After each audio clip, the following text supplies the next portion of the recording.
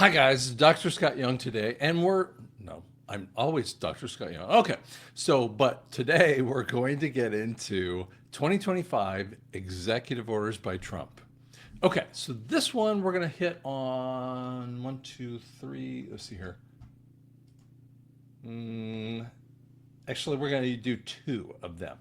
So I'm trying to kind of give you the idea, or three of them. Excuse me, I said it wrong. We're going to do three of these because these executive orders are really talking about foreign interference and election issues. So fascinating. There's so many cool things that are going on in the world, and they're almost startling to realize. And it's happening really fast, but sometimes people go, but it's not happening fast enough. I get it. It'll be there. Trust me, we're getting there. Okay. So it starts with, on this particular one, it starts with this idea of protecting the meaning and value of American citizenship.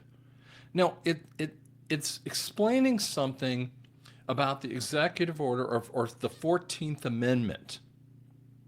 Now, you have to understand where the 14th Amendment comes from. It's right after, I know it says 1857, but that's a court case. It's actually 1868. It's before the corporation was created in 1871. And this is under the third section here. And he's talking about having citizenship or putting America first in essence with that. Now, see, I mean, it is such a no duh statement when I say that Scott can't go over to Spain and vote in their elections. Why should he? We've said this for literally generations. I mean, it's ridiculous to think that me as a temporary citizen, let's just say I'm going there abroad for whatever reason, right? But I'm not giving up my American citizenship, but yet would I be allowed to vote in Spain's their elections? And the answer is why? Why? And yet, what the Democrats through the cabal have been telling you is that those are just poor, defenseless immigrants. And of course, they just want the freedoms of America. You sure about that one? So people can come in here legally or illegally. Like, what's going on? No, if you come in legally, you're still not a citizen, right? And if you want to go, I mean, you can be here legally with a green card, no problem with that. But if we say that you can be here and then still vote in elections, I mean, I can move to Spain for a time frame, but do I get to vote in the elections? No. No. It has to be that country's first.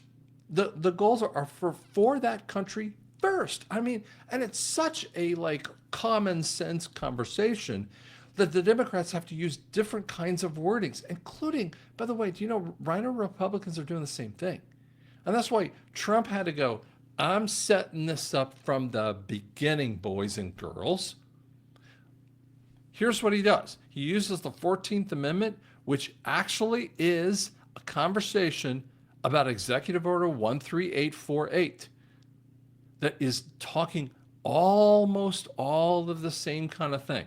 Now he more clearly identifies it through here. And it says that no department can issue documents recognizing a citizenship unless you're that citizen. Like, come on, how many ways can we look at this? And it says that, so it's talking about you can't affect your entitlement through other individuals, which is this DACA kind of idea. Like, I'm here because of my daughter, but it doesn't mean that you're legal because of that. And see, they have been screwing around with this, and it also gets into father, mother. I mean, some gender points here, and that we don't want to have these conversations. I mean, it's just basic kind of stuff that if I took you back 5 to 10 years ago and said we would have to, actually 10 to 15, and we would have to be talking about mother and father and American citizenship, you'd be like, are you loony? Let's move forward to his next one. He designates the cartels and other organizations as foreign terrorists. I mean, this is really cool because here's what's happened. We've had the J6 people who were illegally held, were charged with nothing, sent to jail for 4 years, some of them, and they did nothing wrong. And I mean, they're treated with disgusting levels of that no American or even like no one in Gitmo gets that kind of treatment. And yet we're doing it to our own citizens. And this is how sick the cabal is with this. And so what he's saying is that you come here and you come here with warrants for your arrest and all other kind of stuff. Here's what they've done. These terrorists walk in here and they just wreak havoc. That's the Lake and Riley kind of stuff. This is the sick stuff. And they're cartels. They're organized cartels. Realize that they've got them figured out. But they were here to be a part of an election to tip it over to whomever they wish to. This is how they would mess with this. And it would seem like it's not voter suppression on the surface of it, and it's a real person showing up for an election. But in some states, it's illegal to ask for a voter ID. My goodness, this is just stupid ridiculous, right? Now, he then puts in another kind of thing, holding former officials accountable for their election interference. You see, this is a process of the situation. So he moves from, okay, I'm going to tell you who the American citizen is, right? Makes sense. Then I'm going to tell you about cartels that are brought in. They're not just, we're not talking about someone who's illegally here and kind of, is a good person. He's not even really bothered as much with that. But he's saying, listen, you can be here, but go through the legal system. We're happy to have you here as long as you have some legality with that. But he's really talking about what they did is they brought in this stuff to just be terrorism all through America, just to scare you into voting for Kamala kind of thing. And then he puts in this one.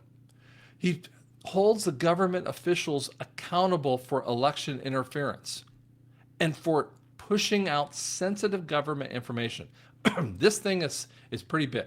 In the closing weeks of 2020 campaign, Biden pushed out his silliness. The CIA did it.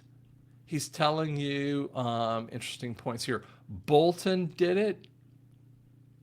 And I mean, he puts it through a book that if you go listen to Kash Patel and his book, I think it was in 22, that was Government Gangsters, much of his book was redacted, like blacked out in certain sections with this too. But Bolton doesn't get any of his book blacked out. And they were pushing out all of their coordinated ability, the inappropriate coordination of the 2020 election. This is what they did. And he lists out all of these people and many more. There's so many more that are in this kind of thing. And says, listen, you don't get to have security clearances and we're going to hold you accountable. You know what hold accountable means in essence, guys, as we finish this up here? If you have election interference, that puts you in levels of treason. You don't get pardoned from that. You go to a Gitmo. And it might be warm. And I leave you with this statement. It might be warm down in Gitmo, but the next place you're going to is going to be very cold. This thing is coming to a head, and there's some wild things that are coming out. I hope that helps you out, guys, and helps you read through what the executive orders are all about. Thanks so much.